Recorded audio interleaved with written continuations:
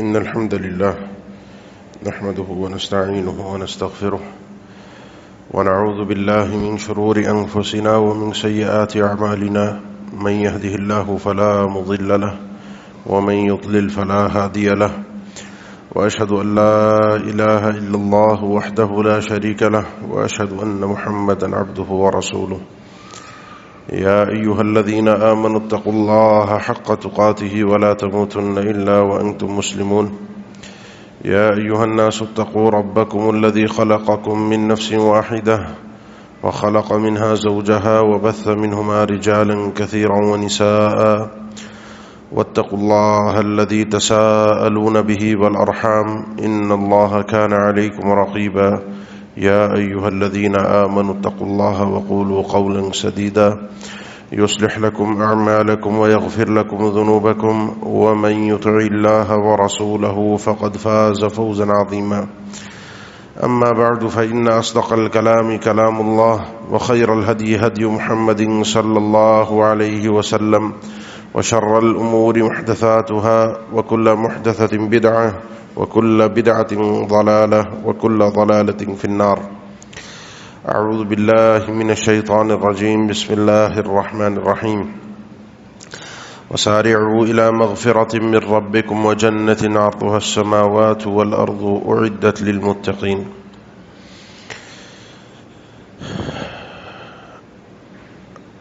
آج کی اس محفل میں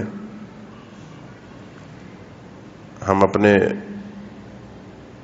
پیارے نبی جناب محمد الرسول اللہ صلی اللہ تعالی علیہ وسلم کا ایک فرمان مبارک سمجھنے کی اور یہاں سے عمل کرنے کی نیت لے کر انشاءاللہ اٹھیں گے. اللہ سے دعا ہے کہ بیان حق کی توفیق بھی دے اور ہمیں عمل کے لیے چن لے. یہ حدیث اس کو شیخ البانی رحمہ اللہ نے سلسلہ صحیحہ میں بھی ذکر کیا اور صحیح قرار دیا ہے. مختلف کتب حدیث میں حدیث موجود ہے. اگرچہ بعض اہل علم نے اس کی سند پر کلام بھی کیا ہے لیکن حدیث پر کوئی انشاءاللہ غبار نہیں ہے. آپ صلی اللہ علیہ وسلم نے ارشاد فرمایا ان من الناس مفاتیح الخیر ومغالق الشر وان من الناس مغالق الخیر ومفاتیح الشر.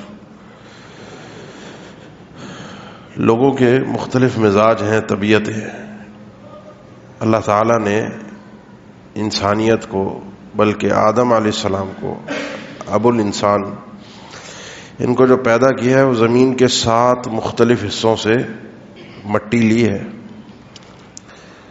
اور اس کے بعد اسے گوندھ کر وَجَعَلْنَا مِنَ الْمَاءِ كُلَّ شَيْءٍ حَيٍّ، پھر اس پانی کے ساتھ مٹی کا امتزاج اور پھر اس کے اندر اللہ تعالیٰ نے روح پھونکی. انسان کو اختیارات مل گئے، ایک جیتا جاگتا انسان بن گیا. تو اس زمین کے مختلف حصوں سے یہ مٹی لی گئی ہے. جس طرح کی وہ زمین اس طرح کی اہل علم لکھتے ہیں انسان کی رنگت، صفات، طبیعت، مزاج اس جیسا ہوتا ہے.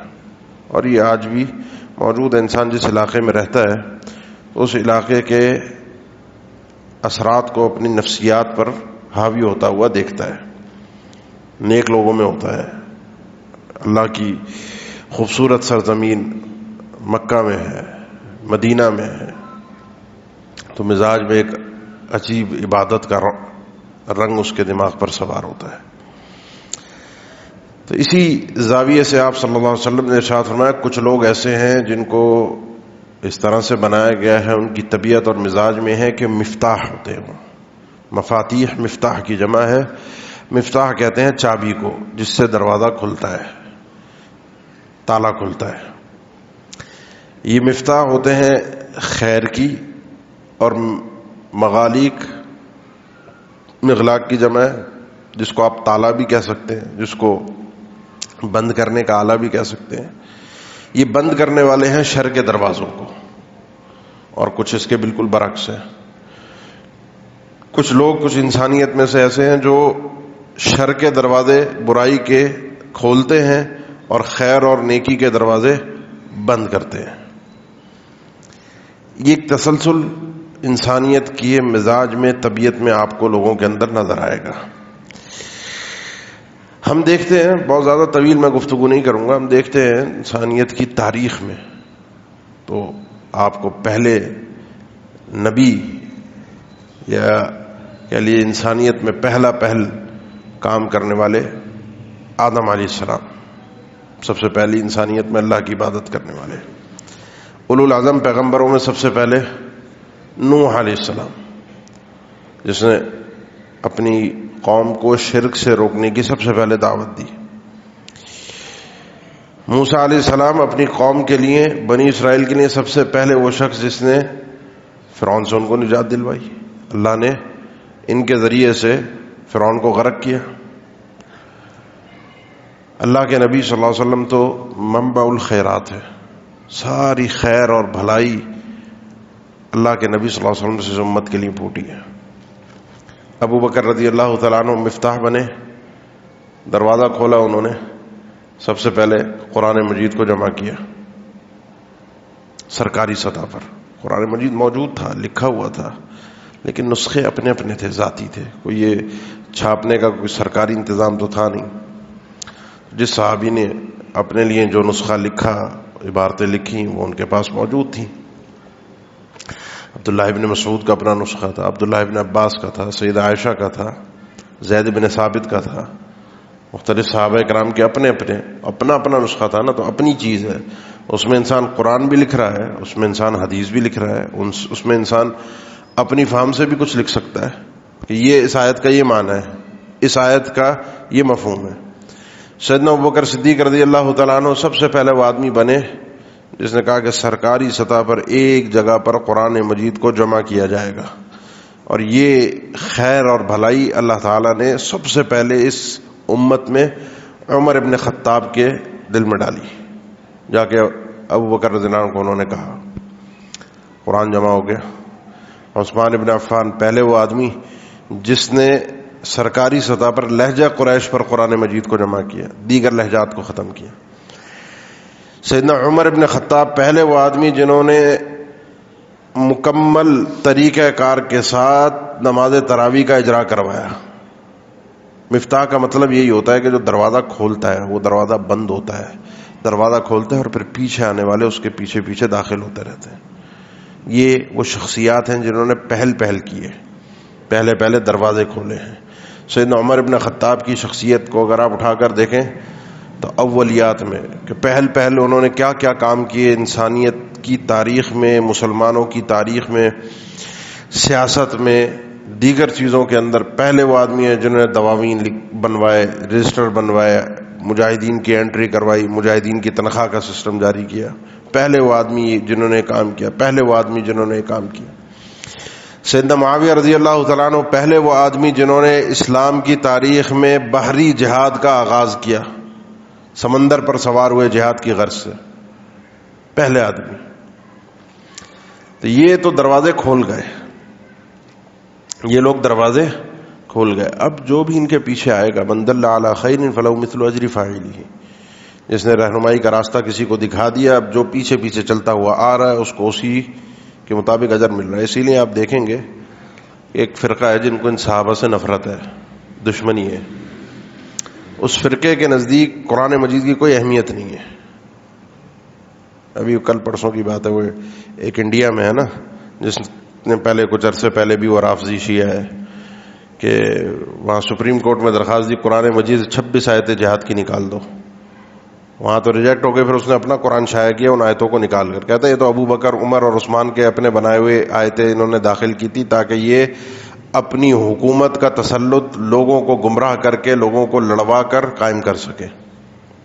اس لیے نہ حفظ کرتے ہیں قرآن، نہ قرآن کو صحیح معنی میں سمجھتے ہیں، نہ قرآن کو کامل مانتے ہیں، نہ قرآن پر صحیح سے ایمان ہے، محروم ہے۔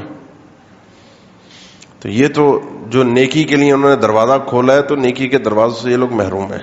جو نیکی کرتا ہوا پیچھے آ جائے، یہ اول ہے۔ جو مفتاح بنے خیر کی، کچھ مفتاح بنتے ہیں شر کی. نبی صلی اللہ علیہ وسلم نے فرمایا کہ کچھ لوگ ایسے ہیں جو مفتاح بنتے ہیں, دروازے کھولتے ہیں شر کے اور خیر کے دروازے بند کرتے ہیں. سب سے پہلے شر کا دروازہ کھولنے والا ابلیس, گناہ کا راستہ دکھانے والا. انسانیت کے اندر سب سے پہلے یہ متعارف کروانے والا کہ کسی سے دشمنی ہو, اختلاف ہو, اس کو دنیا سے رخصت بھی کیا جا سکتا ہے, قتل کر دو. اس سے پہلے انسانیت کو پتہ نہیں تھا کہ یہ بدلہ لینے کا طریقہ کار بھی ہے. اب انسانیت کے دماغ میں آ گیا. اللہ کے نبی صلی اللہ علیہ وسلم نے فرمایا کوئی بھی قتل کرتا ہے تو کہیں نہ کہیں سے اس نے دیکھا تو ہوتا ہے نا کہ فلاں نے قتل کیا, خبریں سنتے ہیں آپ, اطلاعات ملتی ہیں, اس نے پیچھے کہیں سے, اس نے پیچھے کہیں سے, یہ تسلسل ایک تاریخ کا لیتے جاؤ تو وہ جو آدم کے بیٹے نے قتل کیا تھا اس کے سر اس کا گناہ پہنچتا ہے. فعلیہ من الآثام مثل الذی فعلہ, اس کے اوپر بھی اسی طرح گناہ کا وزر چڑھتا ہے ہر آدمی پر. یہ تو عمومی الفاظ اللہ کے نبی سمجھے کہ جو بھی کوئی گناہ کا دروازہ کھولتا ہے اس کو اسی حساب سے گناہ ملتا ہے جس حساب سے اس کے بعد دیکھا دیکھی لوگ گناہ کرتے ہیں. نوح علیہ السلام کی پہلی قوم تھی جس نے زمین کے اوپر کیا ایجاد کیا؟ شرک اللہ کے ساتھ, پہلی دفعہ. انسانیت کو پتہ نہیں تھا. لوط علیہ السلام کی قوم ایسی تھی, لوط علیہ السلام نے ان کے عمل پر جب انکار کیا, وَلُوطًا إِذْ قَالَ لِقَوْمِهِ أَتَأْتُونَ الْفَاحِشَةَ مَا سَبَقَكُم بِهَا مِنْ أَحَدٍ مِّنَ الْعَالَمِينَ. انسانیت میں کوئی ایسا نہیں رہا. آج تاریخ انسانیت میں کسی کے دماغ میں نہیں آیا کہ انسان اس طریقے سے بھی کچھ کر سکتا ہے.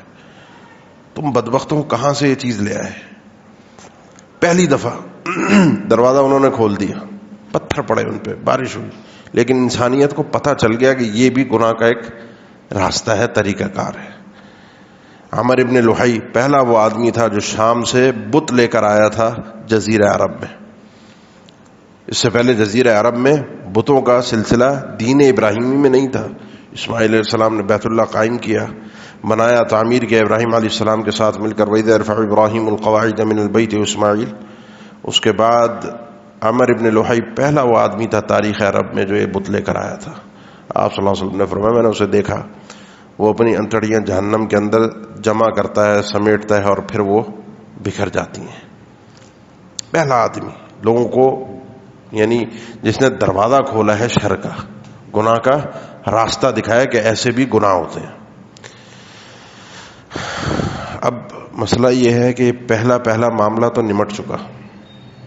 اب ہم دین میں کوئی نیا کام کر سکتے ہیں, نیا انداز اپنا سکتے ہیں, نیا کام نہیں کر سکتے. نئے کام بدعت ہوتے ہیں. نیا اسلوب اختیار کر سکتے ہیں, نئے انداز اختیار کر سکتے ہیں. وہ نئے انداز کیا ہوتے ہیں, نیا طریقہ کار کیا ہوتا ہے؟ وہ نیا انداز اور طریقہ کار یہ ہوتا ہے کہ ایک چیز موجود ہے دین کے اندر, آپ اپنے آپ کے اندر, اپنی طبیعت کے اندر, اپنے مزاج کے اندر تبدیلی لے کر آئیں. سوچیں یہاں رک کر, آپ مفتاح للخیر ہیں یا مفتاح للشر ہیں؟ فیصلہ خود کیجیے. بل الانسان علی نفسہ بصیرہ. انسان اپنے اوپر سب سے پہلا قاضی اور جج وہ خود ہے. خود وہ طے کرتا ہے میں کون ہوں, میرے اعمال کیسے ہیں, میں جنتی ہوں, میں جہنمی ہوں. خود انسان کو اندازہ ہوتا ہے, اسی لیے مرتے ہوئے اسے پتہ ہوتا ہے وہ کہاں جا رہا ہے.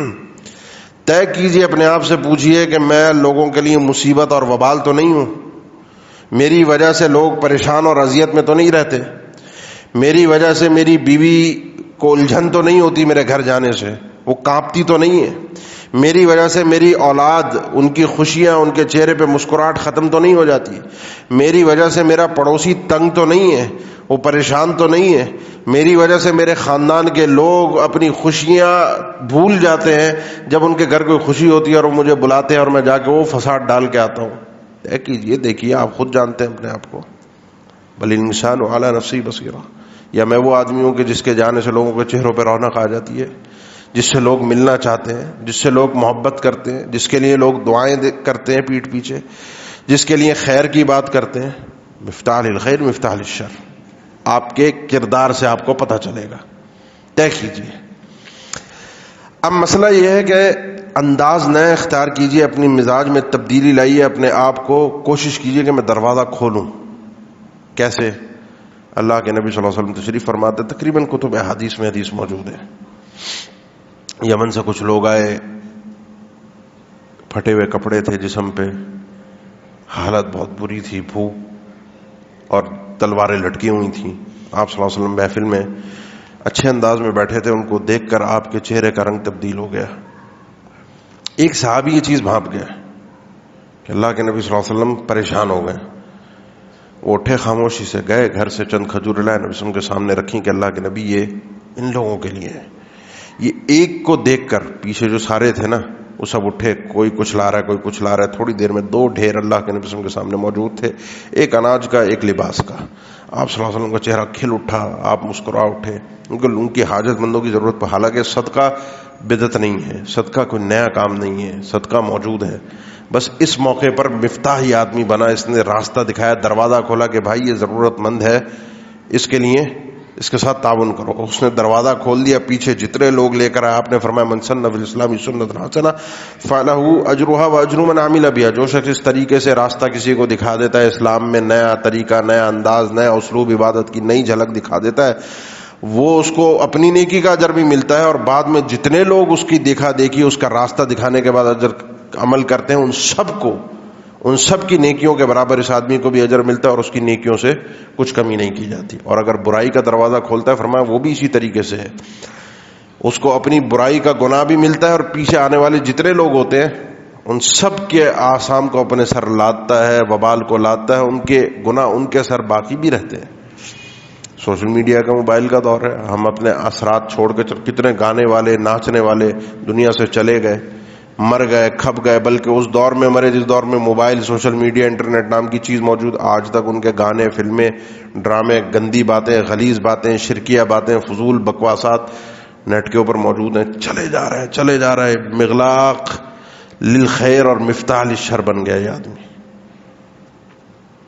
اور کتنے ایسے بھی گزرے جو نیکیاں کر کے گزر گئے، ان کی نیکیاں محفوظ رہیں، آج دنیا دیکھ رہی ہے. آپ دیکھیے آپ کس طرح کا دروازہ کھول کر جا رہے ہیں، پیچھے کیا آثار چھوڑ کے جا رہے ہیں، آپ نے خود طے کرنا ہے. اب یہ مفتاح جب بن جاتا ہے انسان، تو یہ مفتاح اس کے کام آتی ہے، یہ چابی اس کے کام آتی ہے آخرت میں. ابن قیم رحمہ اللہ لکھتے ہیں اللہ نے اس شریعت میں ہر عبادت کی، ہر کامیابی کی ایک چابی رکھی ہے.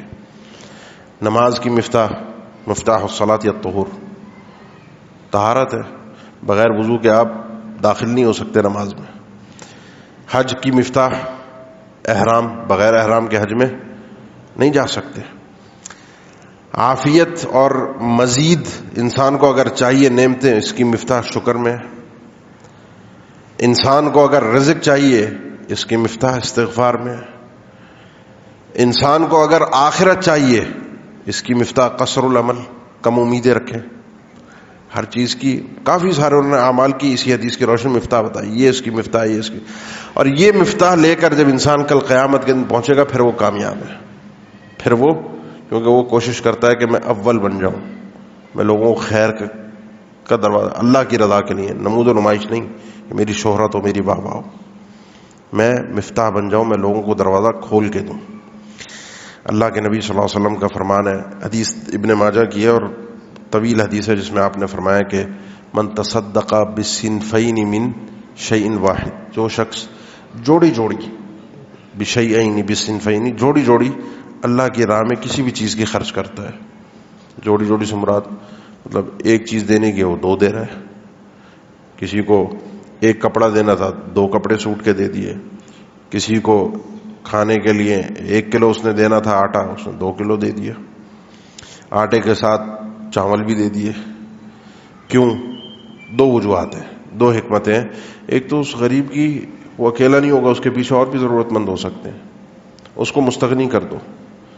دوسرا یہ ہے کہ اپنے اندر بھی دینے کی عادت پیدا کرو، زیادہ دو، مستحق کی ضرورت سے زیادہ اسے دو. اس کے بعد آپ صلی اللہ علیہ وسلم نے ارشاد فرمایا کہ فمن کان من اہل الصلاۃ دعی من باب الصلاۃ. کل قیامت کے دن جب لوگ آئیں گے جو نمازی ہوں گے، نمازی سے مراد یہ کہ جن کا کثرت نماز ان کے نامہ اعمال میں ہوگی، فرائض کے ساتھ ساتھ نوافل، ان کو نماز کے دروازے سے بلایا جائے گا.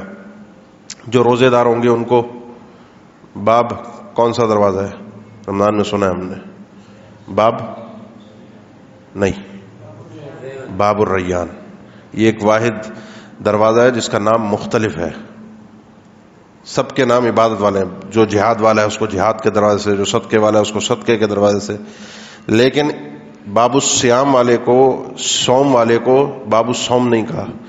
اس میں بعض علم نے لکھا ہے کہ صوم کا معنی رکنے کا ہے، اور یہ دروازہ کھلنے کے لیے، رکنے کے لیے، بند ہونے کے لیے نہیں ہے. بعض علم کا مطلب توجیہ ذکر کی ہے. بہرحال اللہ نے باب الریان اس کا نام رکھا ہے. ابو بکر رضی اللہ تعالیٰ نے اس بات کو سنا. مومن آدمی اونچی سوچ رکھتا ہے. بھائی جنت میں ایک بھی دروازہ کھلا، مسجد کے آپ کے کسی مسجد کے دو تین دروازے ہوتے ہیں نا، بڑی مسجد ہوتی ہے، تو انسان کہتا ہے کوئی بھی کھلا ہو مسجد میں داخلہ تو نصیب ہو رہا ہے نا، جانا تو نصیب ہو رہا ہے. لیکن ایک آدمی ہوتا ہے کہتا ہے ہر جانب سے دروازہ کھلا ہونا چاہیے، ادھر والے کو بھی آنے میں پریشانی نہ، ادھر کو بھی ادھر کو بھی.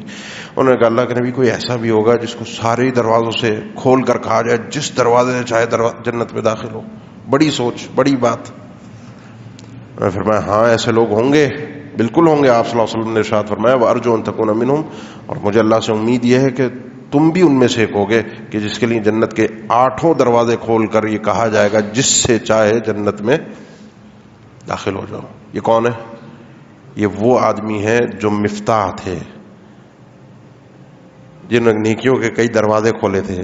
منکرین زکوٰۃ کے خلاف پہلا جہاد کرنے والی شخصیت، قرآن مجید کو جمع کرنے والی شخصیت، لوگوں کو مجتمع کرنے والی شخصیت. مفتاح، کنجی، چابی، تالا کھولنے کے لیے، یہ شر کے دروازے بند کرنے والے.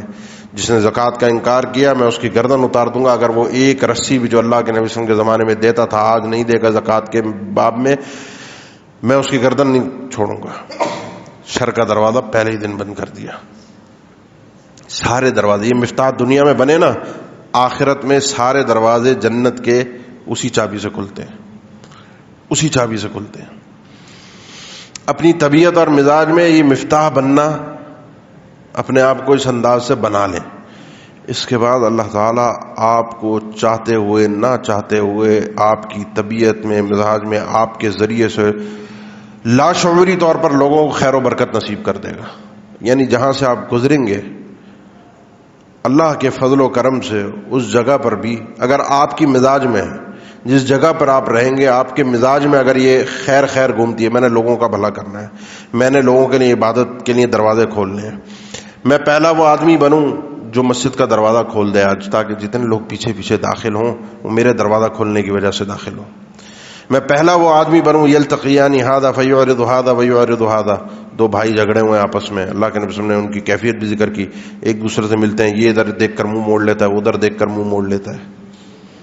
فخیرہما الذی یبدأ بالسلام. ان میں خیر والا خیر وہ آدمی ہے جو ابتدا کرتا ہے ان دونوں میں سے سلام کرنے کی، جھگڑا ختم کرنے کی. مفتاح اس نے ختم کیا ہے نا، دروازہ اس نے کھولا ہے. جس نے دروازہ کھولا ہے اس کے لیے اجر زیادہ ہے.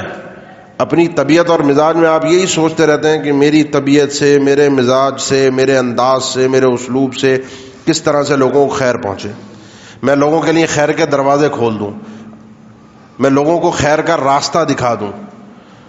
نوح علیہ السلام پہلے اولو العزم پیغمبر، اللہ کے مقرب بندے، سب سے پہلی دفعہ انسانیت کو شرک سے روکنے والے، سب سے بڑے گناہ سے روکنے والے. مفتاح. جب انسان اس طریقے سے سوچتا ہے بس خیر ہی خیر، خیر ہی خیر، میری ذات سے، میری سوچ سے، میرے افکار سے، میری نظر سے کسی کو کوئی برائی نہ ملے، تو فطوبہ.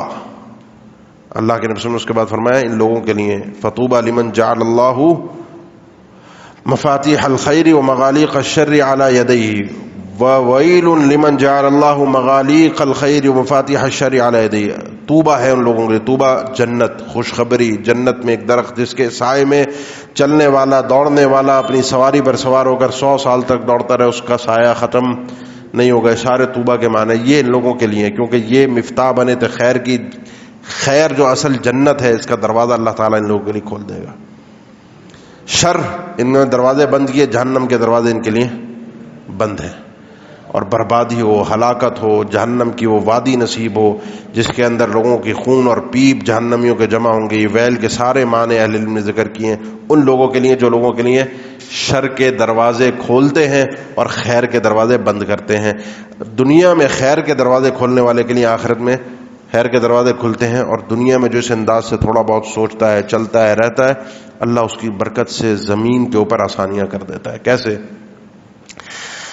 یہ وہی لوگ ہیں اول راستے کھولنے والے، دروازہ کھولنے والے، چابی بننے والے. جو خیر کا کام ہے پہلے میں نے کرنا ہے. اللہ کے نبی صلی اللہ علیہ وسلم پر مردوں میں ایمان لانے والے سب سے پہلے ابو بکر تھے. اللہ کے نبی صلی اللہ علیہ وسلم کے ساتھ سب سے پہلی ہجرت ساتھ میں مدینہ کی طرف اللہ کے نبی صلی اللہ علیہ وسلم کے ساتھ ابو بکر. سب سے پہلے اللہ کے نبی صلی اللہ علیہ وسلم کے متعلق یہ سننا کہ آپ اس زمین سے ایک ہی رات میں یہاں سے وہاں، وہاں سے آسمانوں پر گئے، تصدیق کرنے والے صدیق پہل تھی نا. سیدہ عائشہ فرماتی ہے اللہ کے نبی صلی اللہ علیہ وسلم ایک غزوے میں گئے، آپ نے قرآن دازی کی، میرا نمبر نکل آیا کہ میں آپ کے ساتھ سفر کروں گی. جاتے ہوئے میں اپنی کسی جاننے والی سے ایک ہار گلے میں پہننے کا استعارتاً لے گئی، جیسے لوگ کرتے ہیں. واپسی آ رہے تھے ہم، قافلے نے پڑاؤ ڈالا، رات کا ٹائم تھا. اب جانے کا وقت ہوا، میرا ہار نہیں ملا. میرا ہار کہاں ہے؟ وہ تو میں کسی سے لے کر آئی تھی. میں نے اللہ کے نبی کو اطلاع دی، ڈھونڈنا شروع ہوئے. صحابہ کچھ واپسی راستے پر گئے جہاں سے ہم آئے تھے، کوئی ادھر ڈھونڈ رہا ہے، کوئی ادھر ڈھونڈ رہا ہے، کسی کی تلاش یہاں، کسی کی طرف. یہ تلاش جاری تھی. اللہ کے نبی صلی اللہ علیہ وسلم میری گود میں سر رکھ کے سوئے تھے. لوگ ابو بکر کے پاس پہنچے رضی اللہ تعالیٰ عنہ کہ دیکھو بھائی، مسئلہ یہ ہے کہ فجر کا وقت آ گیا، تمہاری بیٹی کے ایک ہار کی لاپرواہی کی وجہ سے ہمیں یہاں رکنا پڑا. پانی ہے نہیں ہمارے پاس کہ ہم وضو کر کے نماز پڑھیں، آگے ہم بڑھے نہیں کہ کسی پانی والی جگہ تک پہنچ سکتے. اب دیکھو تمہاری وجہ سے ہم مشکل میں پھنس گئے. ابو بکر میرے پاس آئے، والد محترم سیدہ عائشہ کے رضی اللہ تعالیٰ عنہ، فرماتی ہیں اللہ کے نبی میری گود میں سر رکھ کر سوئے ہوئے تھے. میری سائڈ پر، جسم میں، پیٹ پر، جیسے کہ انسان کسی کو انگلی سے دباتا ہے، نوچتا ہے، اس طریقے سے آپ نے میرے پیٹ پر انگلی ماری، سائڈ پر. جو کچھ مجھے کہتے، باتیں سنانا چاہتے تھے، ساری باتیں مجھے سنائیں. غصہ تھا نا، دین کا مسئلہ کھڑا ہو گیا. بھائی تمہاری ایک لاپرواہی، ایک ہار کی وجہ سے ہم اتنی مشکل میں پھنس گئے. کہہ کے چلے گئے. کہتی ہیں میں رونے لگی. بہر اللہ کے نبی کا سر گود میں تھا، اپنے آنسو ضبط کیے. اللہ کے نبی صلی اللہ علیہ وسلم اٹھے، تھوڑی دیر بعد مجمع میں گئے اور فرمایا کہ اللہ تعالیٰ نے اب ایک رحمت والا حکم نازل فرمایا ہے، اور وہ حکم یہ ہے تیمم کا. تیمم کیا ہے؟ کہ جب پانی نہ ہو، سفر میں ہو، پانی میسر نہیں ہے تو وضو کی ضرورت نہیں ہے. پوری زمین مٹی سے بھری ہوئی ہے، زمین پہ ہاتھ مارو، پھونک مارو، چہرے پر پھیرو، ہاتھوں پر، یہ ہاتھوں کے بس اتنے پچھلے حصے پر. یہی وضو ہے، یہی غسل ہے. آرام سے نماز پڑھو. سیدنا اسید بن حضیر فرماتے ہیں رضی اللہ تعالیٰ عنہ، ما ہی بأول برکتکم یا آل ابی بکر، اے آل ابو بکر، تمہاری یہ کوئی پہلی برکت اور احسان نہیں ہے امت محمدیہ پر. ہار حالانکہ اس اونٹنی کے نیچے ہی موجود تھا جس اونٹنی پر سیدہ عائشہ سوار تھیں. جب وہ اونٹنی اٹھائی گئی، ہار نیچے سے نکلا. یہ اللہ اسباب بناتا ہے. آپ لوگوں کے لیے خیر سوچتے ہیں، اللہ آپ کے شر سے بھی لوگوں کو خیر پہنچا دیتا ہے. آپ کی غلطی سے بھی لوگوں کا فائدہ ہو جاتا ہے. آپ اپنے مزاج میں، طبیعت میں خیر پیدا کر لیں. یہ آل ابو بکر ہے. یہ کوئی تمہارا امت پر پہلا احسان نہیں ہے. تمہاری وجہ سے اللہ نے ہم پر کوئی پوری انسانیت کے لیے، جو بھی مسلمان ہے قیامت تک، اس کے لیے حکم قرآن مجید میں آ گیا. وجہ کیا بنی؟ وہ ہار جو سیدہ عائشہ سے کھویا تھا. یہ لوگ وہ تھے جو لوگوں کے لیے تنگی نہیں کرنا چاہتے، لوگوں کے لیے شر کے دروازے نہیں، خیر کے دروازے کھولنا چاہتے ہیں. جب ان کے مزاج اس طرح کے ہیں، ان کی سوچ اس طرح کی ہے، اللہ نے ان کو شر کیسے بنانا ہے، ان کے لیے برائی کیسے ہو. لوگ کیسے کہہ سکے کہ ان کی وجہ سے ہم اس مصیبت میں پھنسے، بلکہ ان کی وجہ سے اللہ نے ہمیں یہ خیر عطا کی. حالانکہ ان کی طرف سے یہ کوئی خیر والا معاملہ تھا نہیں، ان کے سوچ میں بھی نہیں تھا خیر، لیکن اللہ نے ان کو خیر کا دروازہ بنا دیا. وہ دروازہ انہوں نے کھول دیا، وہ مفتاح بن گئے خیر کی. تو جن کی سوچ اس طریقے کی ہوتی ہے، مزاج اس طریقے کا ہوتا ہے، اللہ ان کو اس طریقے کا بنا دیتا ہے. پھر اپنے آس پاس کے ماحول میں، اپنے ساتھیوں کے لیے، اپنے آس پاس کے رہنے والوں کے لیے، رشتہ داروں کے لیے خیر میں پہل کریں، پہلے آ کے کھڑے ہوں ہر خیر کے معاملے میں. اور خیر ایک ایسی چیز ہے جس کی تعریف یہ ہے کہ جس کو آپ یہ کہیں کہ جو کام بھی آپ اللہ کی رضا کے لیے کرتے ہیں، اس کا تعلق دین سے ہو، عبادت سے ہو، معاملات سے ہو، اخلاق سے ہو، کسی کو دیکھنے سے ہو، کچھ سوچنے سے ہو، کچھ کرنے سے ہو، کچھ بولنے سے ہو، کچھ نہ بولنے سے ہو، کچھ نہ دیکھنے سے ہو، ہر چیز خیر ہی خیر ہے. خیر کے دروازے بہت ہیں. آپ نے کوشش کرنی ہے دروازہ کسی طریقے سے اللہ مجھ سے کھلوا دے، تاکہ میں دنیا سے چلا بھی جاؤں تو لوگ جو پیچھے آ رہے ہیں اب آج دنیا میں کوئی بھی قرآن چھاپتا ہے، وہ کوئی اہل السنہ میں سے ہو، کوئی رافضی ہو، کوئی بھی اگر چھاپے گا اس قرآن مجید کو، بانٹے گا، تقسیم کرے گا، مسجد میں رکھے گا، کوئی بھی اس مصحف کو دیکھ کر پڑھے گا، کوئی کچھ بھی کرے گا، اول من جمع المصحف، جس نے سب سے پہلے یہ خیر کا دروازہ راستہ کھولا تھا وہ ابو بکر تھے. ان کے کھاتے میں یہ ساری نیکیاں، اور اس کے بعد جو سب سے پہلے اس خیر کا منبع رہے اللہ کے نبی جناب محمد رسول اللہ صلی اللہ علیہ وسلم. یہ اس طرح کے مزاج اپنے بنا لیجئے کہ آپ کے بعد صدقہ جاریہ کے طور پر لوگ آپ کو اچھے الفاظ میں یاد بھی رکھیں، آپ کی تعریف بھی کریں، کیونکہ جنازے کے موقع پر فرشتے آمین بھی کہتے ہیں. صحابہ اکرام کے سامنے جنازہ گزرا، لوگوں نے تعریف کی، آپ نے فرمایا اللہ کے نبی نے وجبت، جو تم تعریف کر رہے ہو قبول ہو گئی، اس کو اللہ کی طرف سے جنت عطا کر دی گئی. اور ایک اور جنازہ بعد میں گزرا، لوگوں نے اس کے لیے اچھے الفاظ نہیں کہے، آپ نے فرمایا اس کے لیے بھی وجبت، جو تم نے اس کے لیے الفاظ کہیں وہ بھی قبول ہو گئے، اور اس کے لیے اب جنت نہیں ہے. کیونکہ انسان کا کردار اس وقت بولتا ہے جب اس کا جنازہ پڑا ہوتا ہے، انسان کا کردار اس وقت بولتا ہے جب وہ دنیا سے جا چکا ہوتا ہے. اپنے آپ کو ایسا بنا لیجئے کہ آپ کے پیچھے لوگ آپ کے صدقہ جاریہ سے فیض یاب ہوں. اور صدقہ جاریہ کے لیے کوئی بڑی توپیں چلانا ضروری نہیں ہے کہ آپ کوئی بڑی سی مسجد بنوا کے، اسپتال بنوا کے لوگوں کے لیے خیر کا کام کر کے جائیں. اپنی حیثیت کے مطابق، اپنے استطاعت کے مطابق جو میسر ہے اس حساب سے آپ مفتاح بنیے، خیر کے دروازے کھولیے. اللہ آپ کی نسلوں کی بھی حفاظت کرے گا، آپ کے جانے کے بعد اللہ آپ کی بھی حفاظت کرے گا. اس دنیا سے رخصت ہو جانے کے بعد اللہ کی طرف سے پھر خیر ہی خیر ہے، کیونکہ آپ اللہ کے بندوں کے لیے، لوگوں کے لیے مفتاح للخیر بنے تھے. فطوبہ، تو آپ کے لیے خوشخبری ہے. اللہ ہمارے اعمال میں خیر و برکت کا پہلو غالب فرما دے. اللہ ہماری خود کی بھی شر سے حفاظت فرمائے، ہم اپنے نفسوں کے شر سے خود بھی محفوظ رہیں. اللہ ہمارے نفسوں کے شر سے دوسروں کو بھی محفوظ رکھے. اقول قولی ھذا واستغفر اللہ لی ولکم، وآخر دعوانا الحمد للہ رب العالمین.